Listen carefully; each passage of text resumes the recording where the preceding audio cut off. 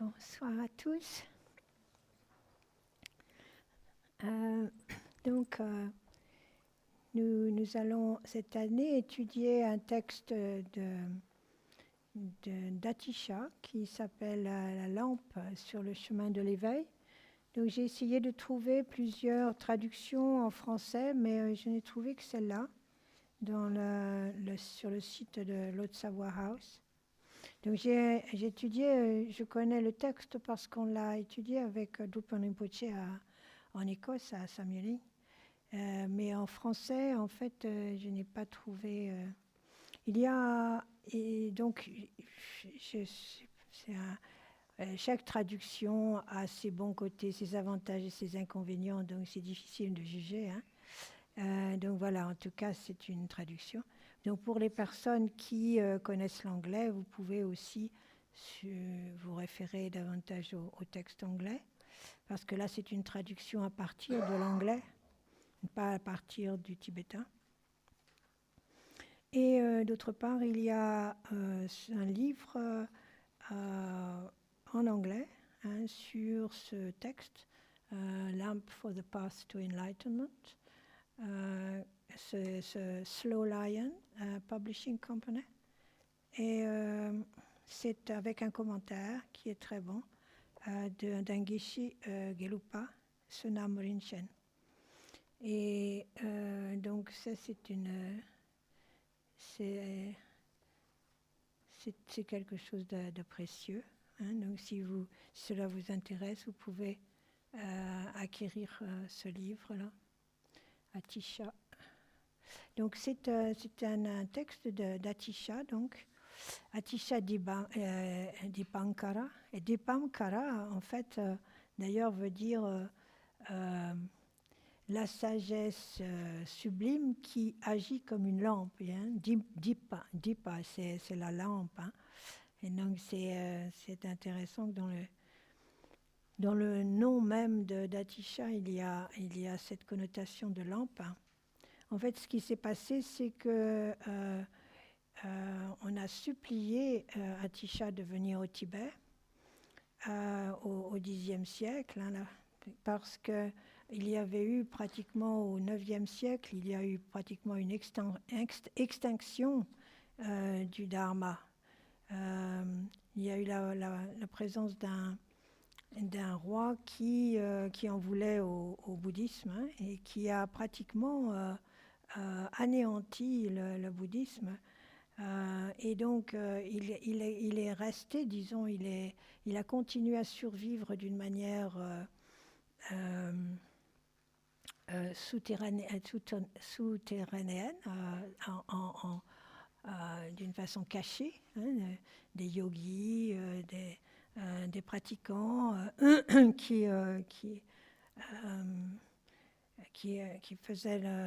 qui ont permis au Dharma de continuer à exister, mais c'était devenu très ténu.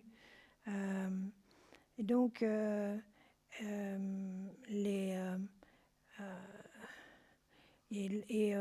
Atisha a été reconnu en Inde pour être un grand érudit, un grand maître, un grand pratiquant également.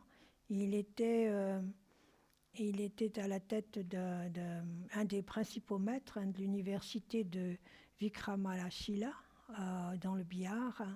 Donc à l'époque, il y avait deux grands centres universitaires, le Nalanda et Vikramalashila. Et c'est dans cette université qu'il enseignait.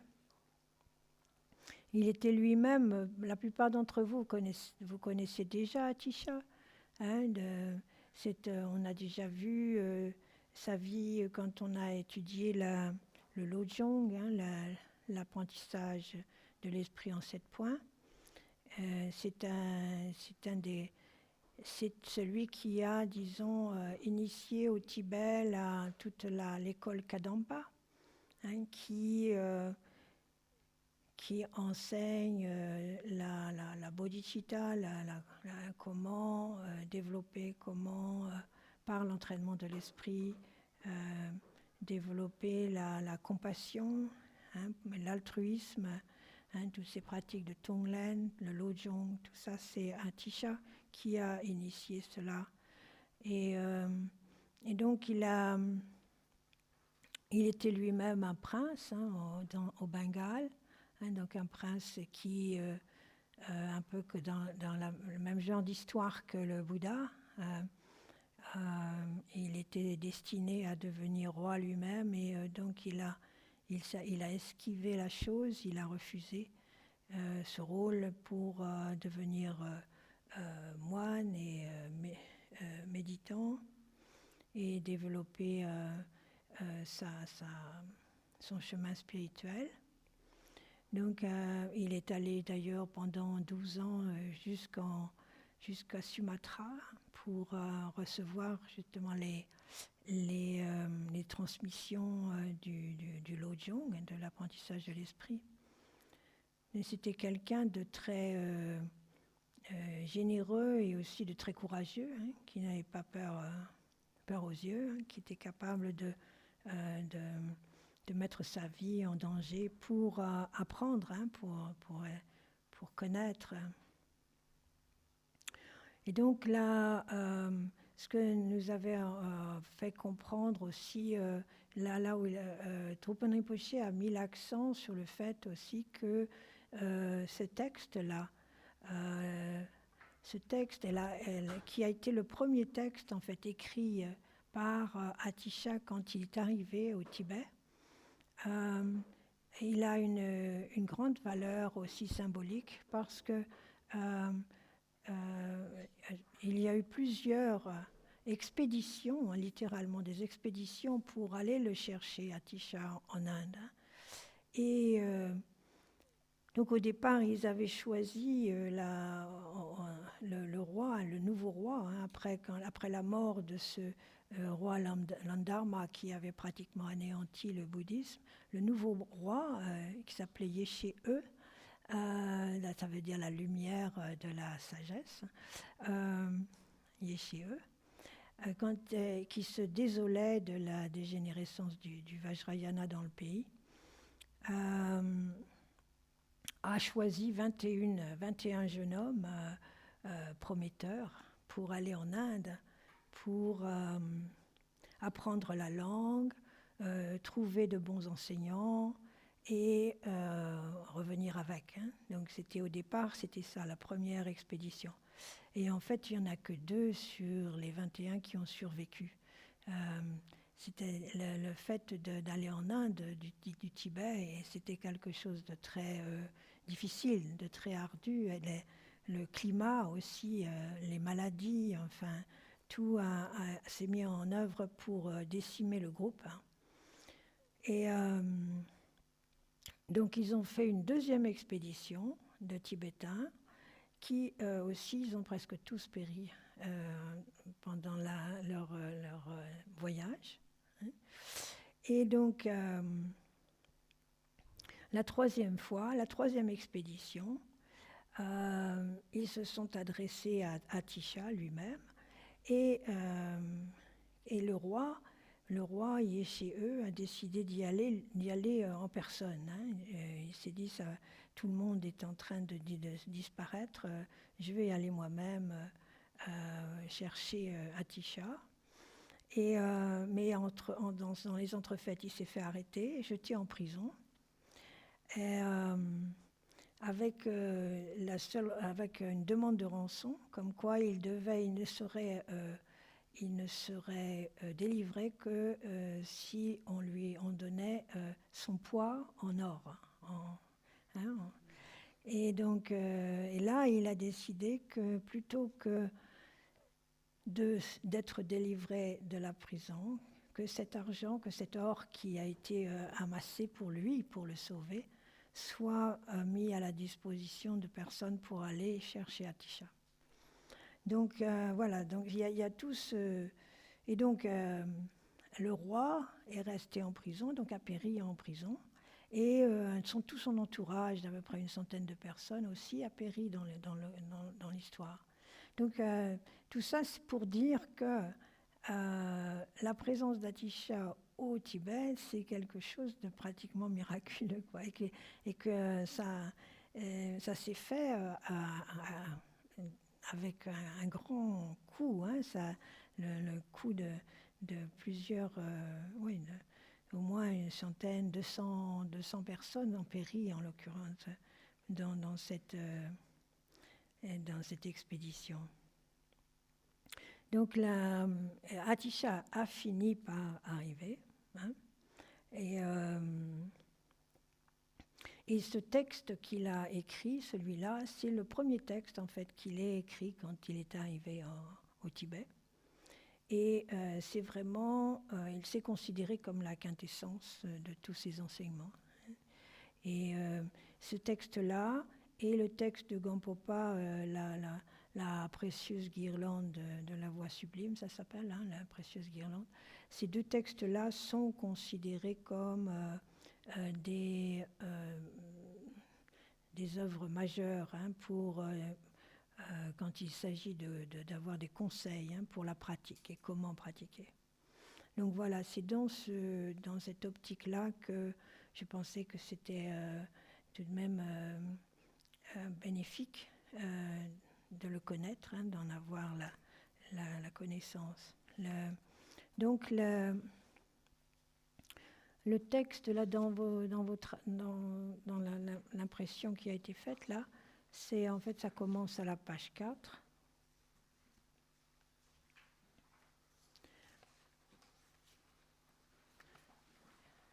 La lampe de la voie de l'éveil.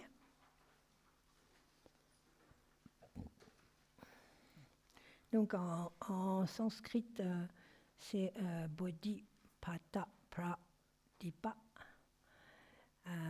Et on retrouve là le Dipa, hein, Pata Pradipa, la lampe de la voie de l'éveil. Donc c'est à l'envers, hein, la lampe c'est à l'arrière, hein, Dipa, la voie, Pata et Bodhi, l'éveil. Et en tibétain, c'est Janchup Lamji Dunma. C'est pareil, vous prenez à l'envers, hein, Dunma c'est la lampe, hein, Lamji du chemin et Jangchup de l'éveil. Donc l'importance de ce texte, c'est aussi dans quelle mesure cela nous permet d'être en relation, disons, directe avec toute ce courage, hein, et la gratitude que l'on doit aussi qu'on doit développer en fait pour tous les traducteurs, parce qu'en fait ça c'est une traduction d'un texte sanskrit, et les Tibétains à l'époque ont fait un travail remarquable de traduction, hein, d'arriver à traduire tous ces textes d'une manière vraiment juste, hein, par le fait qu'ils n'étaient pas seulement des traducteurs, mais ils étaient aussi des pratiquants. Et que leur traduction, on peut en être, on peut en être confiant, hein, donc donc quand on parle là de Jangchup ou de Bodhi, hein, on parle là de la forme la plus élevée, hein, de l'éveil. Donc comme on a vu déjà précédemment, hein, en tibétain, Jangchup, hein, l'éveil, c'est composé de 2 syllabes, hein. Donc vous avez là le Jang, hein, Jang qui est ce qui est purifié, hein, c'est l'aspect de purification. Donc là, qu'est-ce qui est purifié, hein, en fin de compte, ce sont les 2 voiles, hein, ce qu'on appelle les 2 obscurations, c'est pas un très joli nom, obscuration, mais les 2 voiles. comme la voile le voile des Kleshas, hein, et le voile de l'ignorance, donc le voile de l'élimination des Kleshas, c'est-à-dire des émotions négatives, et que justement l'élimination des émotions négatives qui sont en fait basées sur l'attachement à l'ego, hein, va permettre le développement de la sagesse. Et cette sagesse, c'est ce qui va dissoudre le deuxième voile, qui est le voile de la mauvaise compréhension de la réalité du monde.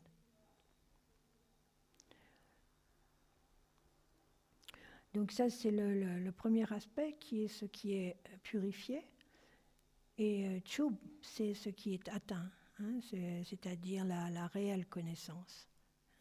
Donc la sagesse, ce qu'on appelle la sagesse primordiale. Donc la sagesse de l'incité. Donc des choses telles qu'elles sont. Donc là, et comment va-t-on purifier, hein, les deux voiles, et comment allons-nous atteindre justement la réelle connaissance? C'est par le chemin. Donc ce petit texte, en fait, met en exergue les différents aspects du chemin et quelles sont les méthodes sur le chemin qui vont nous aider à éliminer ce qui doit être éliminé et à développer ce qui doit être développé. Et ça, c'est dans le mot même le mot tibétain pour l'éveil, Jangchup, il y a toute cette ce package. Hein, Donc, le texte là met l'accent sur donc, comme je disais, la purification des émotions négatives, hein, ce qu'on appelle aussi les poisons, les poisons. Donc, tout ce qui crée la confusion, hein, les fausses interprétations, hein, les conditionnements, les habitudes. Et donc et c'est justement cette confusion qui nous empêche de voir les choses telles qu'elles sont. Hein. Donc le chemin, c'est comment apprécier et comprendre nos leurres, hein, comment on se leurre. Hein. Oui.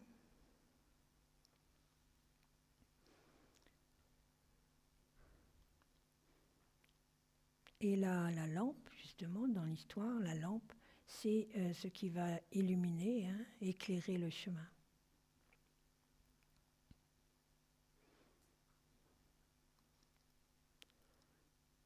Donc la première étape dans ce cheminement, hein, c'est de reconnaître déjà ce qui nous fait souffrir.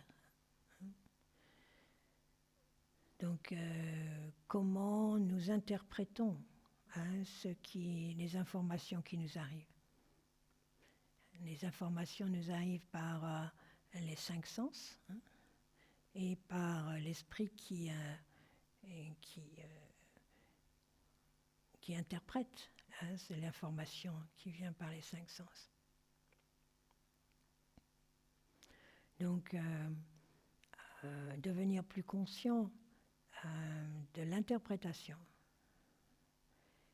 devenir plus conscient du fait qu'il y a toujours différentes possibilités d'interprétation, hein, que l'on est, nos certitudes sont très relatives en fait.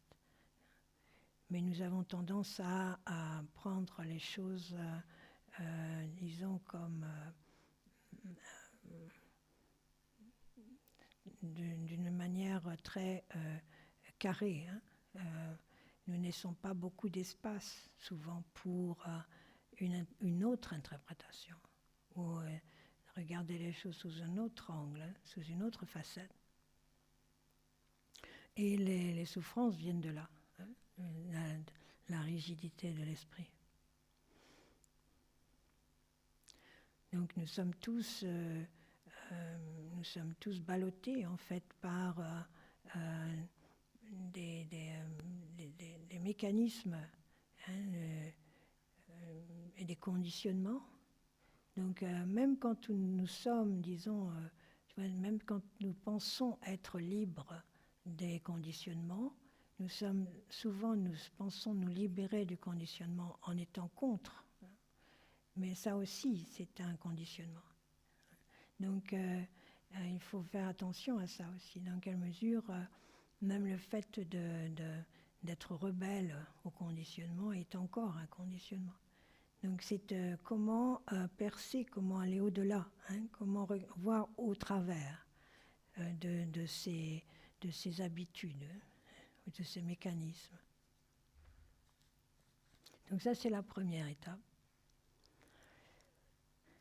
Commencer à démanteler un peu nos certitudes par rapport à notre vision du monde, hein, et de nous-mêmes. Et de voir comment cela nous crée la souffrance. C'est ça l'important. Hein. C'est qu'est-ce qui nous fait souffrir et comment ça nous fait souffrir, pourquoi ça nous fait souffrir. Et donc là, ensuite, donc, d'être par rapport à cette souffrance, justement, ce mal-être, hein, parce qu'on dit souffrance, mais en fait, dans le Dharma, c'est un mot plus large que ça. Hein, c'est plutôt une question de mal-être, hein, ou de malaise. Hein. Ce n'est pas forcément une souffrance avérée, mais c'est quelque chose parfois qui est simplement sous-jacent, hein, mais qui est là quand même. Et donc, la deuxième étape, c'est d'avoir de la compassion pour cette souffrance. D'avoir de la compassion. De ne pas être dans une attitude de rejet ou de déni, de non-acceptation, mais au contraire, de l'accepter pour ce que c'est. Donc de développer de la compassion vis-à-vis de nous-mêmes, donc à l'heure actuelle, dans les livres sur le bien-être, on met ça, maintenant on en parle beaucoup, hein, d'avoir de la compassion pour soi-même, de la bienveillance. Et là, mais ça, c'était là dans les enseignements du Bouddha. Il y a 2500 ans, c'est pas quelque chose de nouveau. C'est que peut-être on a oublié entre-temps et que maintenant ça semble être une révélation, mais c'est quelque chose de très ancien, cette connotation de bienveillance envers soi-même. Donc avoir de la compassion pour cette souffrance, donc parce que c'est notre souffrance personnelle, mais c'est la souffrance du monde, hein, de tous les êtres. Et non pas seulement des êtres humains, mais de tous les êtres. Et la troisième étape, donc, c'est de réaliser que toute cette souffrance, c'est notre propre esprit. Donc c'est notre propre esprit qui la crée. Donc c'est à nous c'est aussi le fait de réaliser que c'est ainsi. Ça nous permet, ça nous donne disons le pouvoir, hein, de changer la situation. Ça nous donne cette possibilité, et c'est énorme. Hein. Donc ça nous sort d'une situation de victime impuissante, hein, puisque si nous comprenons vraiment que tout cela est le fruit de notre propre esprit, ça veut dire que nous pouvons faire quelque chose, nous pouvons nous libérer. Donc c'est une bonne nouvelle. Hein. Et donc là, il n'y a rien en fait, ultimement, il n'y a rien à abandonner. Il y a simplement à changer d'attitude, changer la vision. Ils disent dans ils disent, ils ont une expression, les Tibétains, pour dire que justement il faut faire les choses seulement graduellement. Hein. Donc comme je disais, il y a une première étape, deuxième étape, troisième étape. Donc déjà reconnaître les causes de la souffrance, etc. Donc ces étapes, elles sont nécessaires et qu'ils mettent, ils présentent bien les choses comme le chemin. Ils présentent le chemin comme un chemin graduel. C'est pas, on ne va pas passer de notre situation présente directement à la réalisation de la vacuité. Il y a tout ce processus à suivre. Donc il ne faut pas imaginer que l'on va pouvoir sauter des étapes. Et ils disent la grenouille ne peut pas faire plus d'un saut à la fois. Voilà. Donc c'est ainsi. Donc là, on doit être patient aussi. Et donc, revenir aux causes de la souffrance, c'est la véritable cause de la souffrance, c'est l'esprit dualiste, duel. Donc c'est à partir du moment où il y a moi et il y a l'autre. Donc on a déjà vu ça plusieurs fois dans les enseignements. Donc on est encore dans une situation, ce qui nous crée notre souffrance aussi, c'est que nous avons cette séparation entre nous et l'autre qui fait que qui enclenche tout le processus de désir-aversion, d'attachement-aversion, qui fait boule de neige et qui crée énormément de malentendus et de frustration, etc. Mais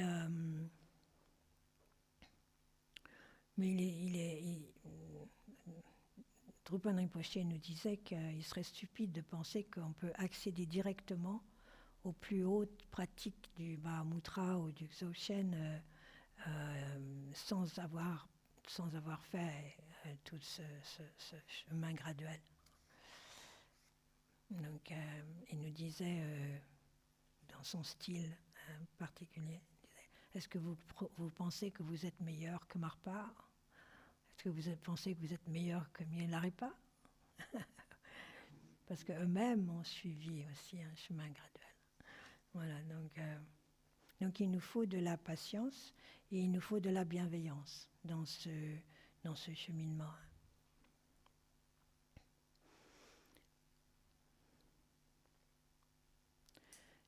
Donc le texte lui-même, là, après le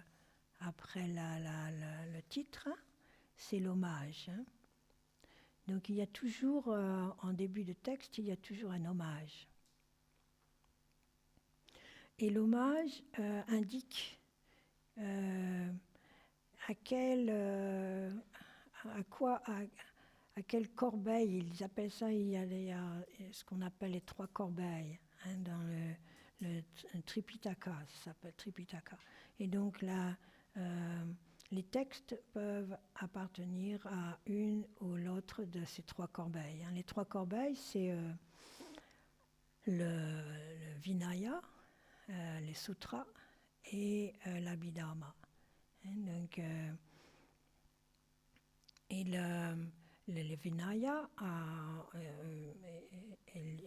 l'explication en détail de la discipline éthique, tout ce qui a à voir avec la conduite, comment on se conduit, comment avoir une conduite juste. Et les sutras, nous aident à développer une concentration méditative qui soit juste aussi, correcte et profonde. Donc ça, c'est le sutra.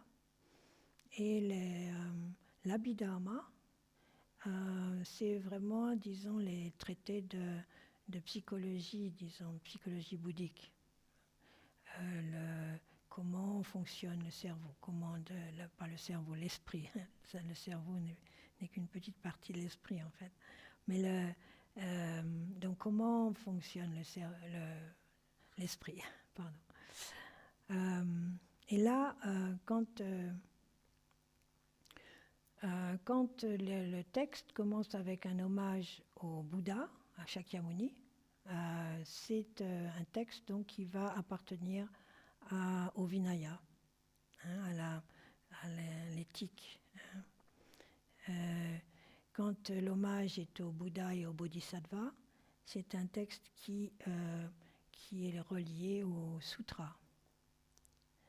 Et quand l'hommage est à Manjushri, comme dans cette situation présente, c'est lié à l'Abhidharma. Donc c'est toute l'étude de la connaissance, hein, comment développer la connaissance et la sagesse. Puisque Manjushri est le Bodhisattva qui représente l'excellence de la sagesse. Donc c'est lui il est jaune, hein, de sa couleur est jaune, qui est lié aussi la couleur jaune à l'intellect, à la compréhension, l'intelligence. Et il tient l'épée dans la main droite. Donc vous pouvez facilement le reconnaître sur les tankas quand vous voyez.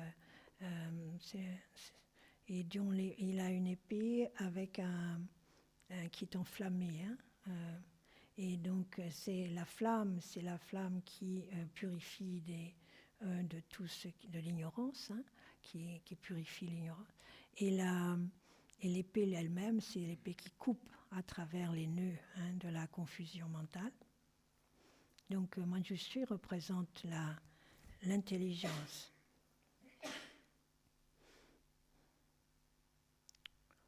Donc ça veut dire que ce texte met en exergue l'intelligence, la compréhension et la connaissance. Là, ils ont traduit le Bodhisattva juvénile. Je trouve ça un peu bizarre.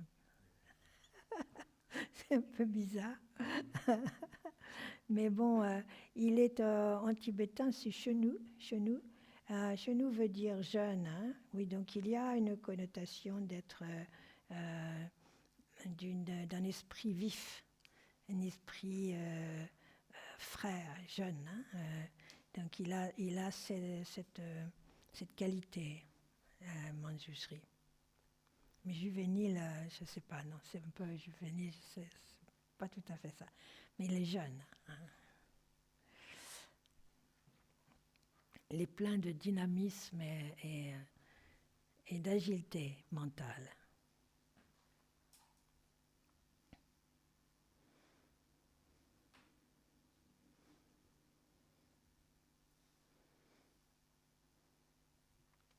Donc la première,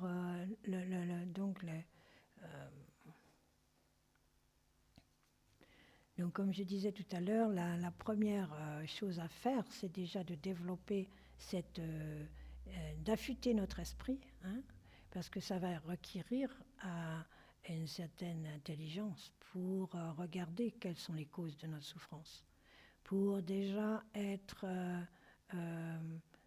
clair par rapport au fait de vouloir sortir de la souffrance. Hein, parce que c'est déjà... c'est pas évident, parfois, hein, que l'on veuille vraiment sortir de notre souffrance. Ça requiert vraiment un approfondissement de nous-mêmes, hein, sur nous-mêmes, pour regarder vraiment est-ce que l'on veut, dans quelle mesure on est attaché à notre souffrance, quelque part. Hein. Donc c'est de regarder ça de plus près. Hein, donc Manjushri aide à couper au travers de l'attachement aussi, hein, l'attachement à l'ignorance, quelque part, à la paresse, une sorte de paresse, ou aussi cette puissance de l'inertie, hein, qui est en nous. Donc ça aussi, l'aspect juvénile, l'aspect jeune, c'est aussi ça. Hein. C'est le pouvoir de la jeunesse, c'est d'avoir cette énergie, ce courage, disons, hein, ou cette intrépidité de couper contrer les habitudes, de casser les choses établies. Donc c'est à nous de faire ce travail, de changer l'esprit. Donc c'est à nous de voir aussi comment, en tant que pratiquants, comment notre pratique diminue nos kléchas. Est-ce que notre pratique vraiment nous aide à réduire notre attachement, notre colère, notre jalousie, notre inertie? Voilà, tout ça, de revoir, d'affûter l'esprit, c'est important, pour voir les causes même de notre mal-être. Donc le bienfait de la pratique, en fait, et la puissance de la pratique va dépendre de notre attitude. Donc dans quelle mesure nous sommes confiants dans le Dharma, comment nous envisageons notre pratique. D'une certaine manière, il nous faut être ambitieux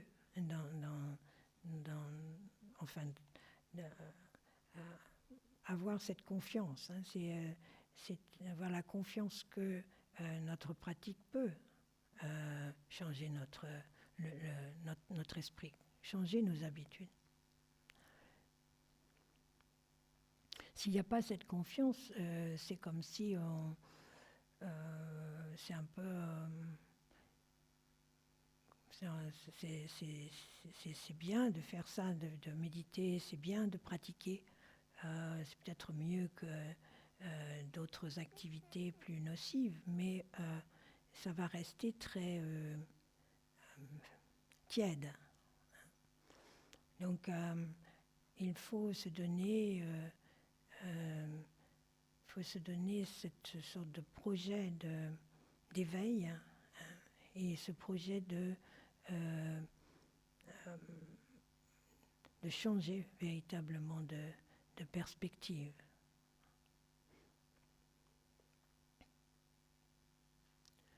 Donc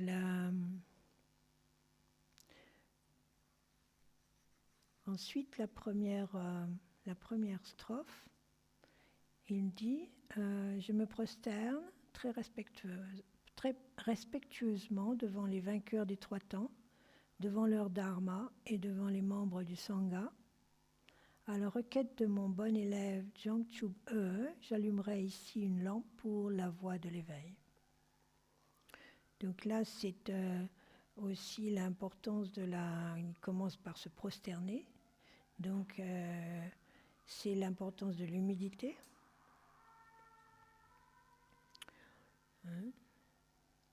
C'est aussi ce qui est révélateur aussi là, c'est qu'il se prosterne devant les vainqueurs des trois temps, donc pas seulement devant Bouddha Shakyamuni, mais devant les Bouddhas au pluriel. Il s'adresse à tous les êtres éveillés, sous quelque forme que ce soit.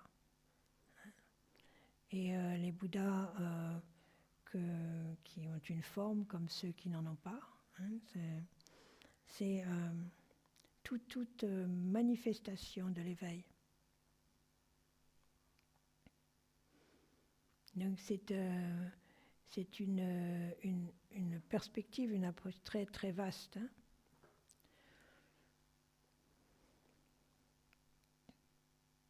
Et il le mentionne là, son bon élève Jangchub.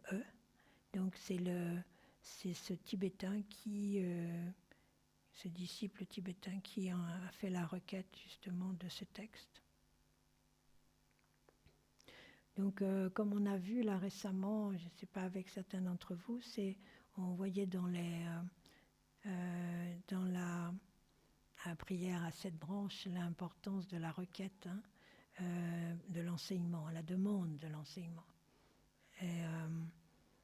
Donc on voyait comme quoi tous les enseignements des grands maîtres, quels qu'ils soient, vient d'une requête.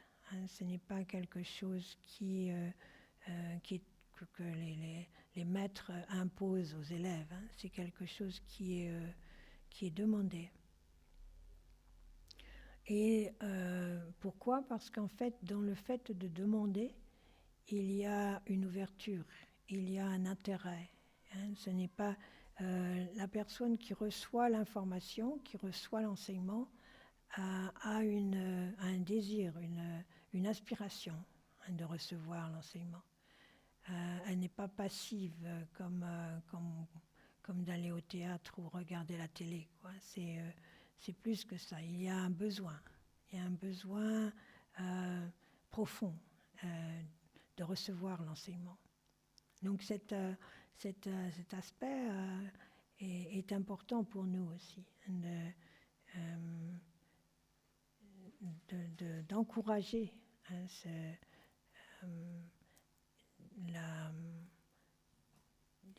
d'évaluer véritablement l'enseignement, de lui donner toute sa valeur au Dharma, de ne pas être en dilettante, de ne pas faire les choses à moitié ou simplement d'être là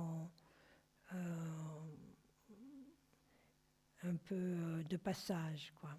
Mais que l'enseignement du Dharma nous parle en profondeur.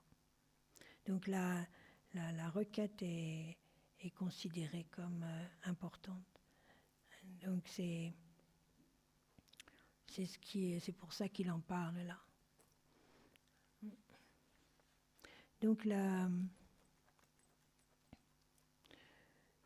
ensuite il passe à la deuxième strophe. Il dit « Comprends qu'il y a 3 types d'individus, inférieurs, intermédiaires et supérieurs.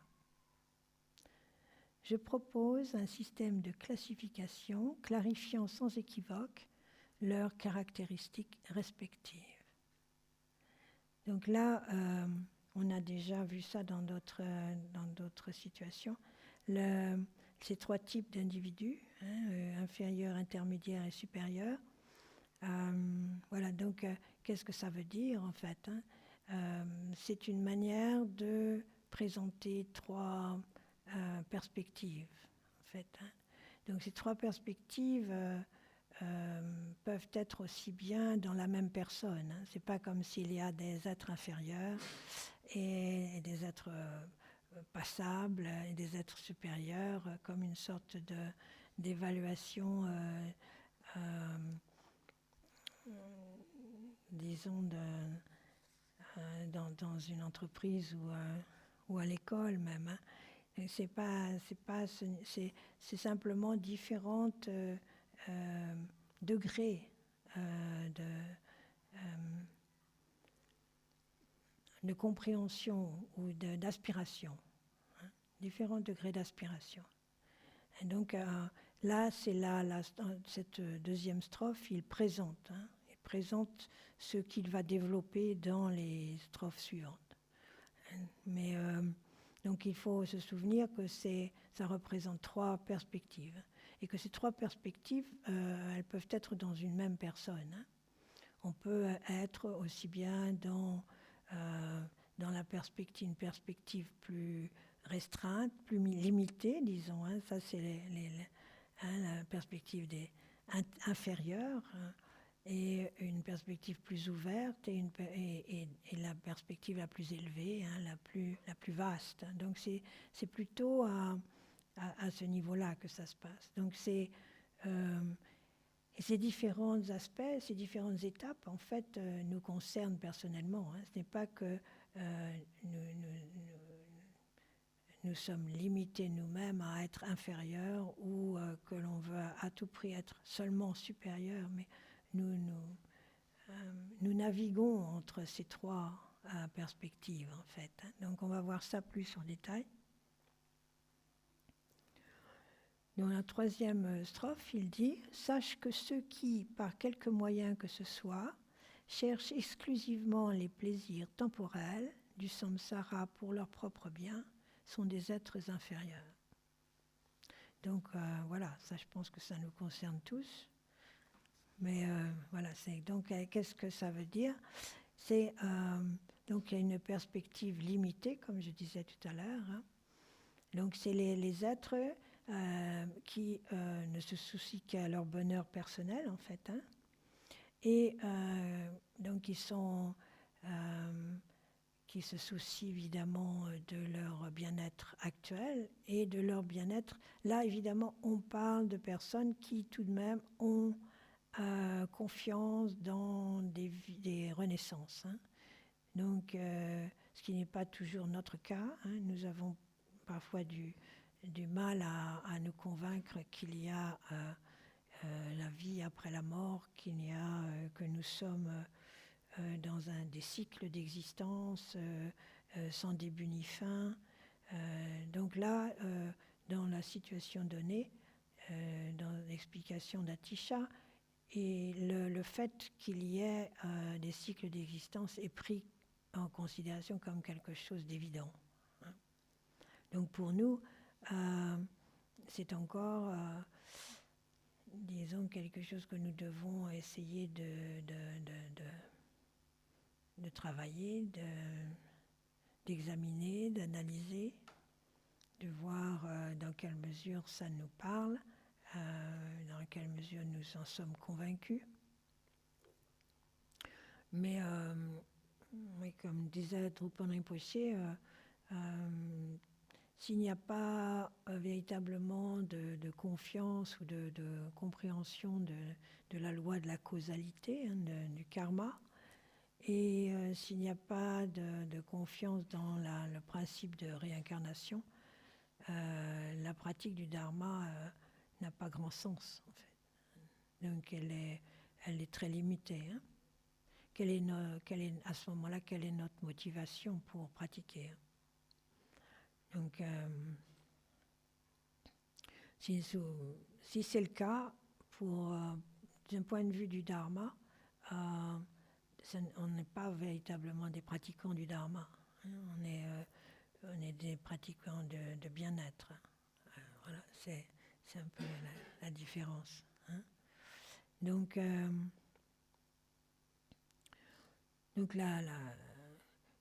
le fait que nous sommes préoccupés toujours par cette vie et pas par autre chose que cette vie-ci nous limite énormément. Donc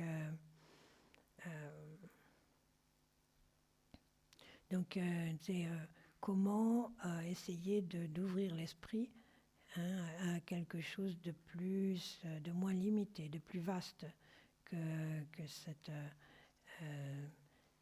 cette vie présente. Donc là, dans le dharma, l'esprit est considéré comme un fleuve, disons, continu, hein, qui ne meurt pas, mais qui donne naissance à différentes apparences, hein, suivant les empreintes mentales. Donc c'est un flot constant. Donc si nous sommes dans cette situation où nous sommes plutôt dans le court terme tout le temps, hein, mais préoccupés par rapport à demain ou à la semaine prochaine ou à Noël, disons, et que notre vie se limite à ça, donc qu'est-ce que l'on peut faire, hein, donc, et c'est là aussi, c'est une des formes de notre souffrance, hein, parce que justement, c'est ces limitations que l'on met dans notre appréhension de notre existence nous rend très fragiles en fait. Hein. Donc que faire, hein, quand nous sommes dans cette situation d'être préoccupés par cette vie et le court terme? Donc ils disent surtout de revenir sur les 4 pensées préliminaires et en particulier l'impermanence. Hein. L'impermanence est la loi de causalité. Et d'essayer d'approfondir et déjà dans l'impermanence d'être conscient que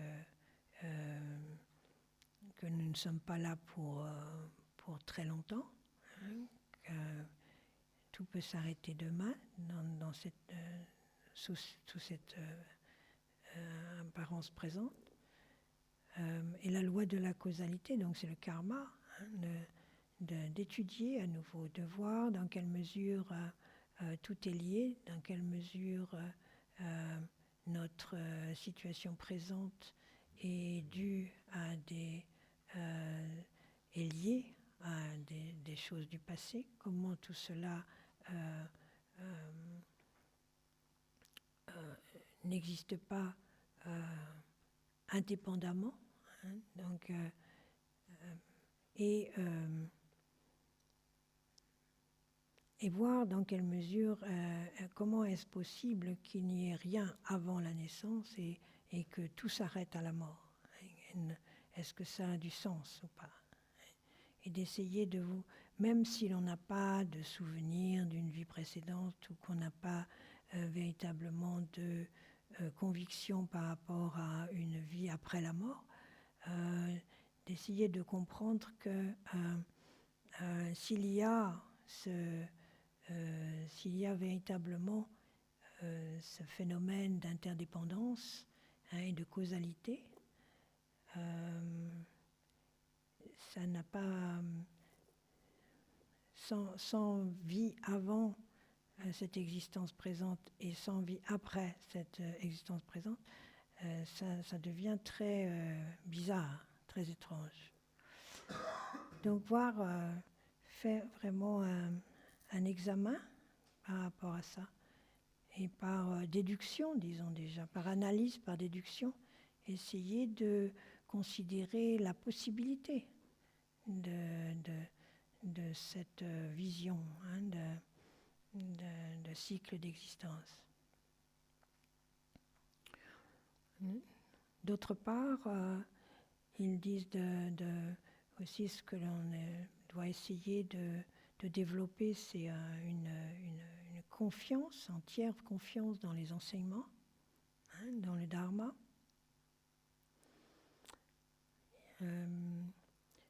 Donc, si l'on veut pratiquer, évidemment, si l'on est intéressé par le Dharma, si l'on veut pratiquer le Dharma, il faut essayer de développer la confiance dans le Dharma, parce qu'autrement, ça ne va pas avoir le résultat ou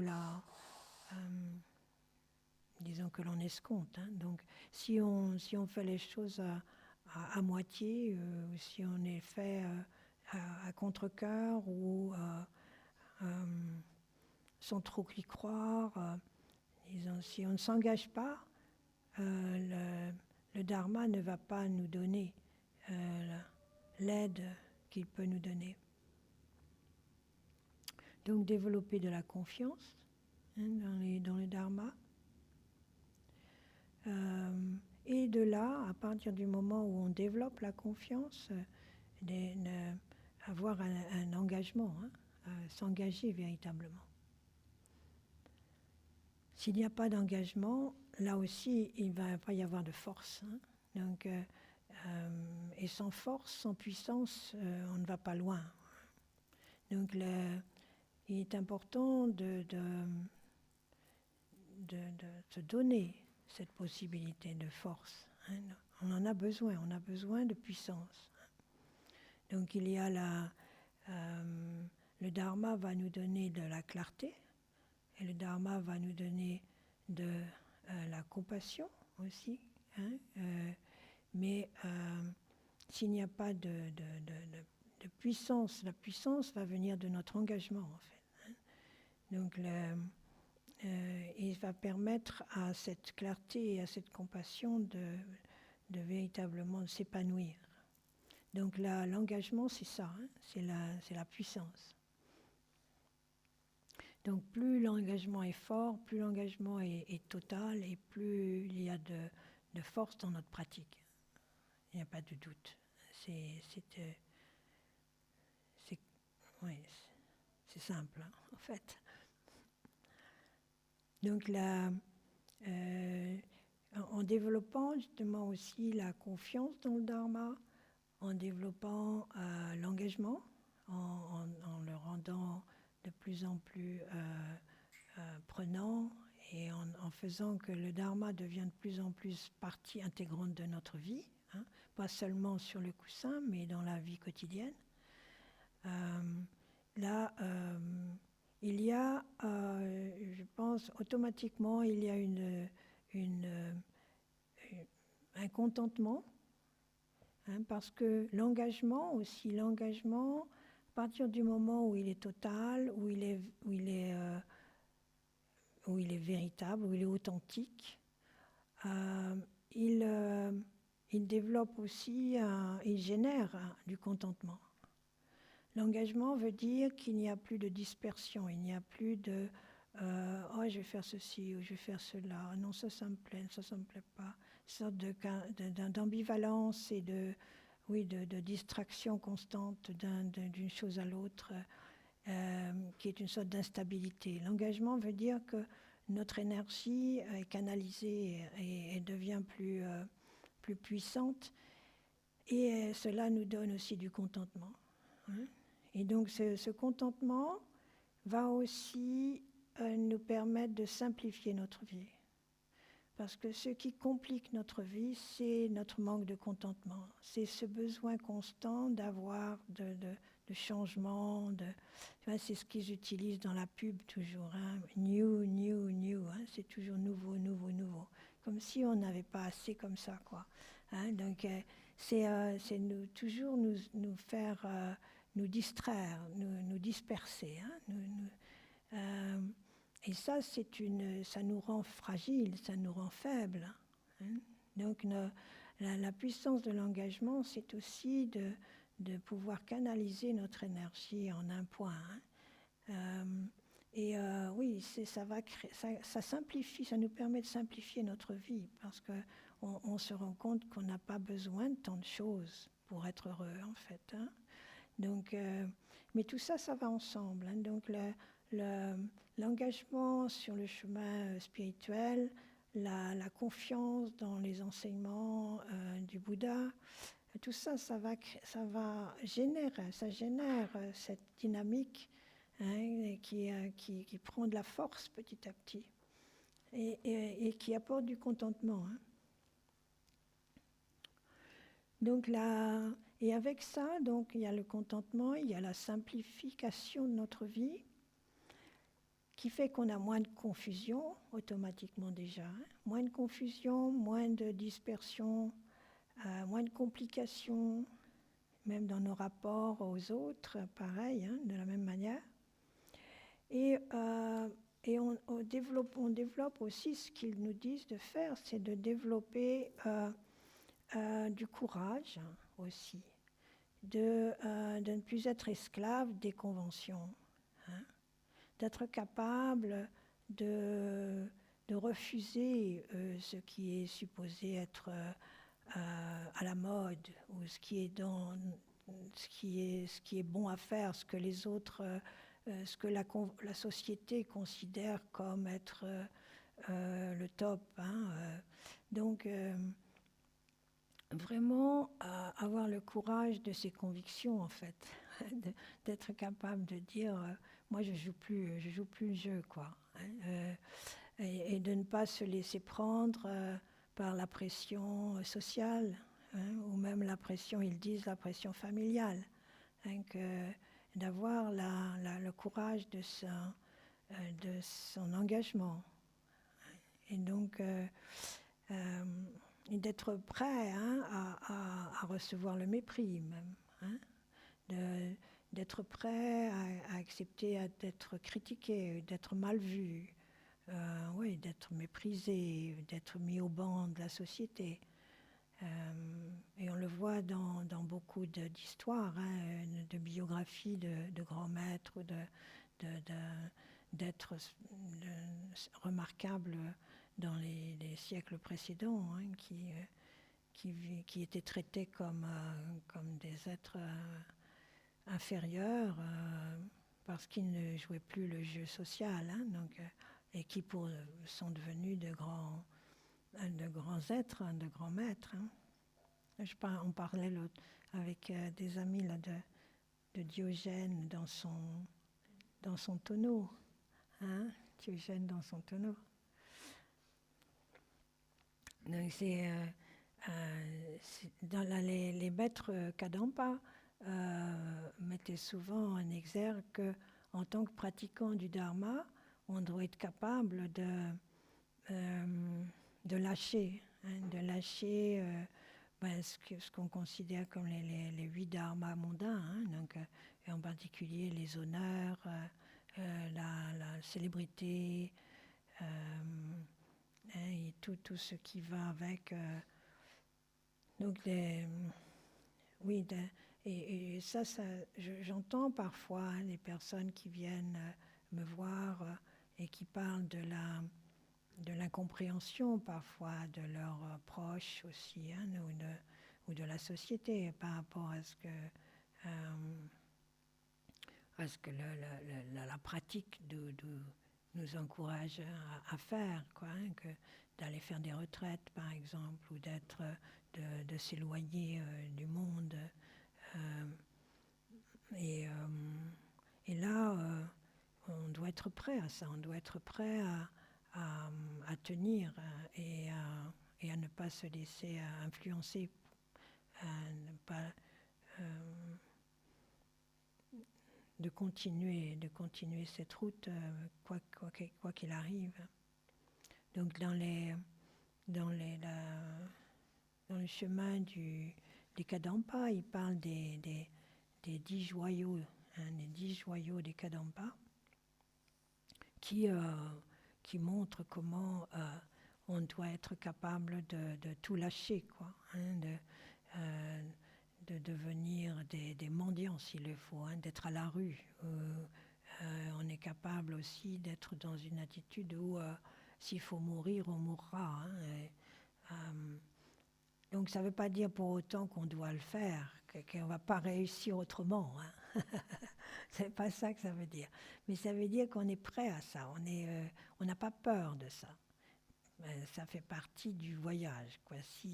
C'est un peu comme si on va en voyage. Si on est un véritable voyageur, un explorateur, disons, pas un touriste, c'est différent.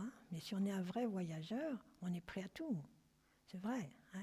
On est prêt sur des routes de montagne à ce que le bus capote, parce que ça arrive assez souvent aussi. Donc on peut très bien ne pas finir la route, ou on peut tomber sur des brigands, ou on se fait kidnapper par des terroristes, on ne sait pas, mais voilà. Mais c'est possible, le risque est là, mais c'est pas ça qui va nous arrêter, d'accord? C'est ça. Voilà, donc là c'est pareil. C'est qu'on est sur une route, on est sur une route de la connaissance, et voilà. On espère bien qu'on ne va pas avoir de terroristes qui vont nous kidnapper ou nous décapiter, mais bon, en même temps, c'est pas ça qui va nous arrêter. C'est ça, c'est dans quel état d'esprit on est dans ce voyage spirituel. Donc on doit avoir cette attitude-là, que même au prix de notre vie, on va continuer. Parce qu'en fait, c'est ce qu'il y a de mieux à faire. Autrement, qu'est-ce qu'on est? On vivote. Voilà. Donc c'est de savoir si on veut continuer à vivoter ou si on veut vraiment vivre notre vie. C'est ça l'idée en fait. Donc vivre notre vie, c'est risqué en fait.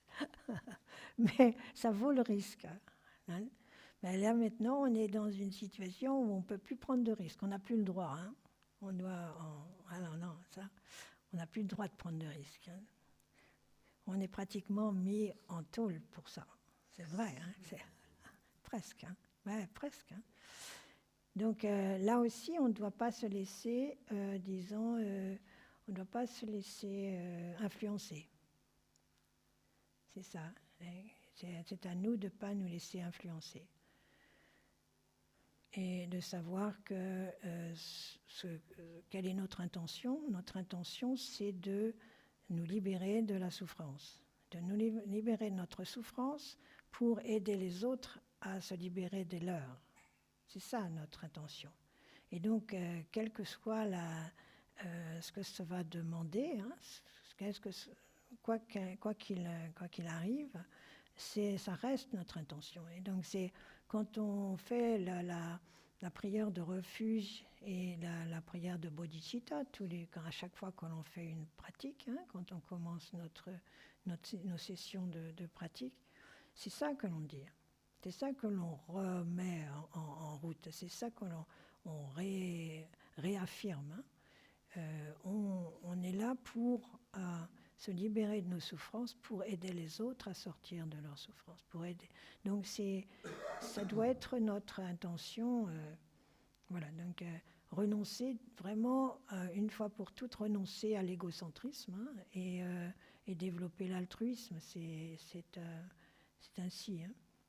Donc voilà, là, si on se considère là, à l'heure actuelle, comme des êtres inférieurs, c'est dans ce manque de perspective, si on veut. Hein. C'est que notre perspective est encore très limitée. Limitée à cette vie, limitée à nos peurs, limitée aux conventions culturelles, sociales.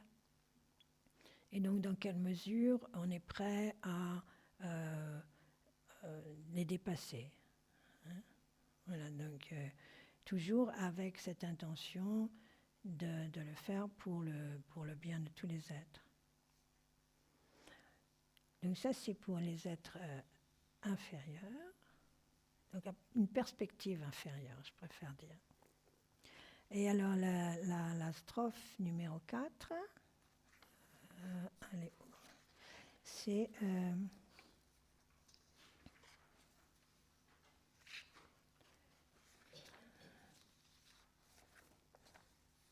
ceux qui ont tourné le dos au plaisir du samsara et qui s'abstiennent du mauvais karma, mais qui se consacrent uniquement à leur propre quête de paix, ceux-là sont dits intermédiaires. Donc là, c'est les êtres intermédiaires, comme il dit. Donc là, c'est une perspective où l'on a compris qu'il y a que rester dans cette dimension actuelle, c'est rester dans la confusion. Donc il y a une aspiration à se libérer du samsara dans son ensemble, hein, donc sortir des 6 domaines d'existence.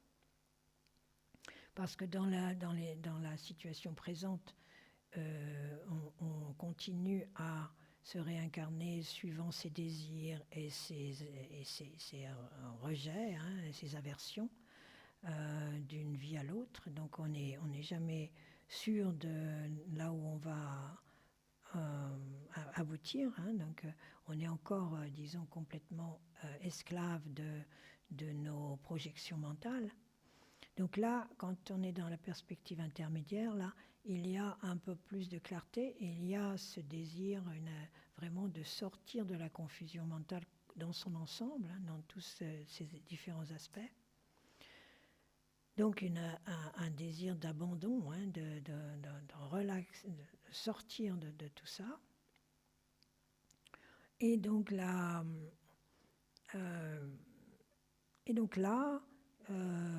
c'est vraiment là, à ce stade-là, que l'on doit développer les 3 apprentissages dont je parlais tout à l'heure. Donc la conduite excellente, hein, la conduite éthique, le samadhi, hein, la concentration méditative, et la sagesse, hein, la prajna, Sherpa en tibétain. Donc là, ils nous disent à ce stade-là, ou dans cette optique-là, de développer donc la conduite excellente, c'est-à-dire le shila en sanskrit, et c'est shila et c'est tsuptum en tibétain, tsuptum, la discipline morale, la discipline éthique. Donc c'est là l'importance des vœux, hein, renoncer aux activités mondaines aussi, c'est-à-dire les vœux aident au développement du samadhi. Donc là aussi, on voit dans quelle mesure, justement, les vœux, c'est une manière de tenir l'esprit, c'est une manière aussi de canaliser l'énergie, c'est une manière de ne pas se disperser, disperser l'énergie. Parce que cette dispersion d'énergie va générer plus de confusion et donc va rendre la concentration méditative beaucoup plus difficile. Donc là, une vie, disons, une ascèse, une conduite, disons, claire et simple et juste, permet d'avoir l'esprit plus calme. C'est ça en fait, en gros. Tuer, voler, mentir, violer, etc. Toutes ces activités-là négatives créent de la confusion. Ça, je ne pense pas que ça permette à l'esprit d'être plus calme. C'est voilà, c'est ça. Donc, vivre sainement et se conduire d'une manière éthique aide à la concentration méditative automatiquement. Et la concentration méditative va permettre de développer la sagesse. Donc l'un entraîne l'autre. Donc là, il est question de mettre fin à l'impulsivité, à toutes disons, les habitudes compulsives aussi, qui sont source de souffrance. Donc, d'arrêter l'attachement aux agrégats, c'est-à-dire tout ce qui crée notre conscience ordinaire, les sensations, les 5 skandhas, les sensations, les perceptions, formation mentale, la conscience ordinaire, qui est la base de l'ignorance en fait. La manière, comme je disais précédemment, notre interprétation du monde, la manière dont nous interprétons les informations qui nous arrivent par les 5 sens, sont la source de notre ignorance. La manière dont nous les interprétons, dont notre ego les interprète. Et cela engendre des émotions négatives qui font perpétuer l'ignorance. Donc, revoir justement notre attachement à ces skandhas, à ces agrégats. Cet attachement que nous avons à nos habitudes de perception. Donc là, justement, par le biais de cette analyse et ce regard sur notre manière de percevoir le monde, nous pouvons développer la vision profonde de la réalité de notre monde, la réalité des phénomènes, la réalité de ce qui est en nous et autour de nous. Donc ils disent aussi que c'est une aide à tout ce travail spirituel, c'est d'accumuler des prières de souhait. Et ça, c'est les Menlam. Donc je pensais justement que l'ancien Kalu Rinpoche avait initié justement ces Kagyu Menlam et le Karmapa et nous encourage à faire ces Menlam. Et il y en a de plus en plus qui se font de par le monde. Et les Menlam, c'est ça, c'est des prières de souhait, des prières d'aspiration, qui sont une manière de créer des empreintes positives. Disons, pour pour nettoyer tout ce qui est négatif, hein, nettoyer disons la pollution, hein, émotionnelle qui est dans le monde, hein, et qui est en nous et qui est aussi dans tous les dans notre interdépendance. Donc on considère que la récitation de Menlam, c'est-à-dire de souhait d'éveil, hein, a une incidence sur la paix, hein, la paix dans le monde, hein, nettoyer tout ce qui est négatif, les empreintes négatives qui sont douloureuses, qui sont source de douleur. Donc là aussi, méditer, revoir les 4 nobles vérités, hein, revoir la souffrance de l'existence, les causes de la souffrance. Et comme je disais tout à l'heure, ce n'est pas la souffrance en tant que telle, mais le mal-être, hein, le mal-être existentiel aussi. Hein. Donc revoir la souffrance, les causes de la souffrance, la libération de la souffrance, et comment sortir de la souffrance. Donc ces 4 vérités, les 12 liens d'interdépendance, c'est très important.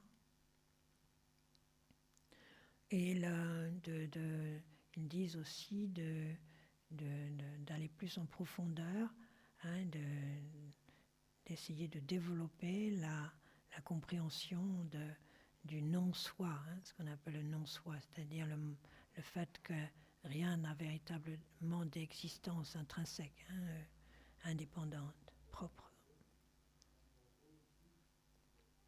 Et donc reconnaître justement que la souffrance et les causes de la souffrance sont dues à l'ignorance. Hein. Donc revoir et développer, et dans notre quotidien, hein, ce n'est pas justement quelque chose qui est limité au coussin, hein, ou à la méditation assise, hein, c'est une exploration de chaque moment de la journée, en fait. Hein.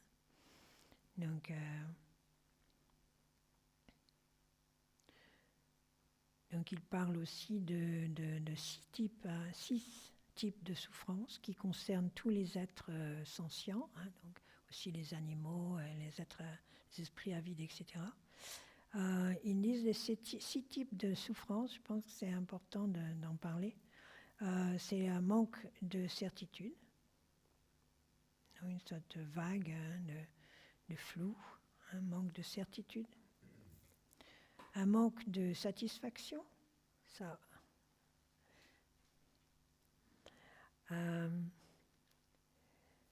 La souffrance d'avoir à abandonner son corps encore d'une façon répétitive. Hein, donc ça, c'est quand on a vraiment cette vision de la réincarnation. Hein, donc, le fait d'avoir à vivre la mort et à nouveau la conception, et la mort et la conception, encore et encore. Hein, ceci, c'est pas...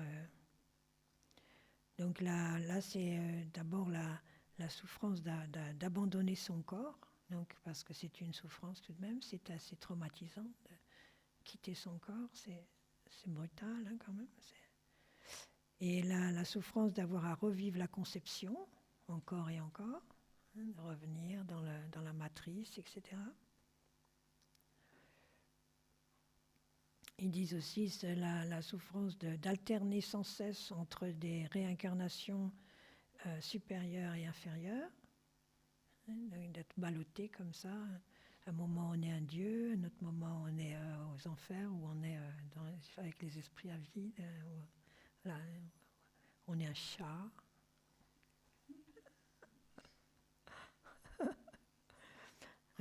Voilà. Et le 6e type de souffrance, c'est intéressant, ils disent être sans amis. Et ça, parce qu'en fait, si on considère, ils disent toujours qu'on est seul et on meurt seul. Donc pendant cette vie-ci, on a des amis, mais voilà, mais malgré tout, on est seul. Voilà, donc ça, c'est les 6 types de souffrances qui concernent tous les êtres sentients. Et il parle aussi de 8 types de souffrances qui sont en rapport direct avec le monde des humains. Donc vous les connaissez déjà, dans les 4 traumatismes, là, la naissance, la maladie, la vieillesse et la mort. Donc ça c'est... Et puis il parle d'être séparé de ce qui est agréable, de ce qui est plaisant, de ce qui nous plaît, être séparé de ça. Être confronté à ce qui est désagréable, ne pas réussir à avoir ce que l'on désire,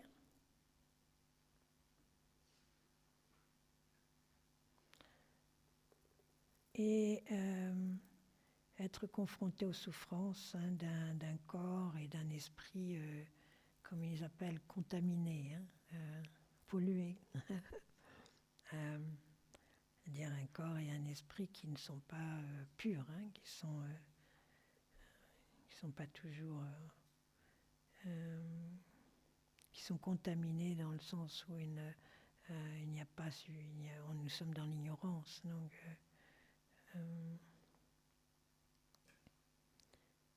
cela crée des complications. Et alors autrement, il y a aussi les 3 types de souffrances que vous connaissez si vous avez étudié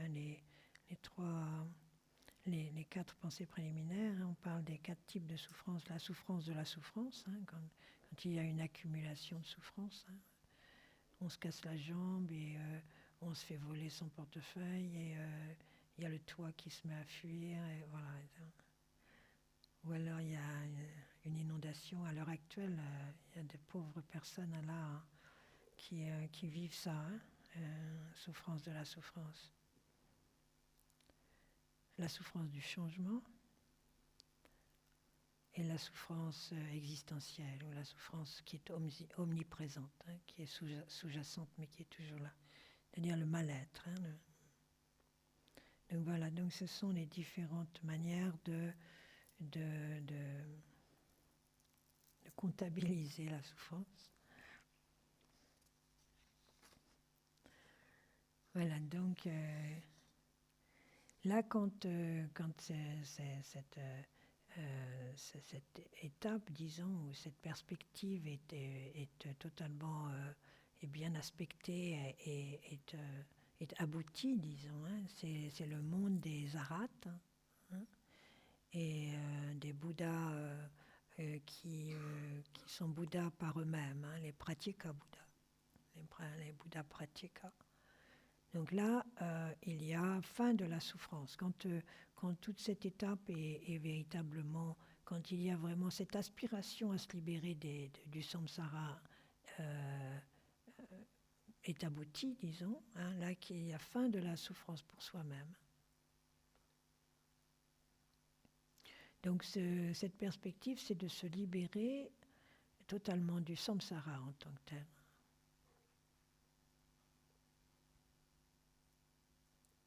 Et là, je vois qu'on est arrivé à 9h30. Donc là, ce qu'on nous invite aussi à faire dans cette perspective-là, c'est l'étude à nouveau comme on avait vu déjà il y a quelque temps, les 12 liens d'interdépendance. C'est comment les choses s'enchaînent, à partir de l'ignorance, comment l'ignorance crée des empreintes karmiques, qui créent des formations mentales, qui créent la conscience, que la conscience développe le nom et la forme, et que ce nom et cette forme créent les 5 sens, mettent en branle les 5 sens, qui mettent en branle les sensations, etc. Donc là, tout ce déroulement qui crée notre existence, qui donne une sorte de réalité factice à ce que nous vivons. Et dans quelle mesure la compréhension de ces 12 liens d'interdépendance nous donne aussi la clé pour en sortir. Donc, il y a des moments où on comprend, mais on peut revoir ça peut-être la prochaine fois, là, de revenir sur les 12 liens d'interdépendance, parce que c'est vraiment très... c'est très utile. Ça aide justement peut-être à voir quelles sont les possibilités de libération, justement. C'est possible. On peut sortir de cette chaîne d'interdépendance. On peut. Mais il faut les connaître, il faut en être conscient et le pratiquer d'une manière journalière, disons. Voilà. Donc, on va peut-être en rester là. Si vous avez une ou deux questions.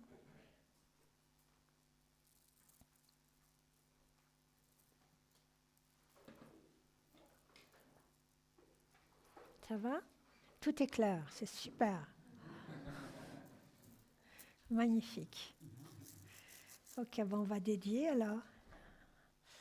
O Sonam Deye Tamshe Zipan Tone Nepe Tana Panjene Chegana Chi Bala Dupaye Sipet Sare Tewa Teware Sho.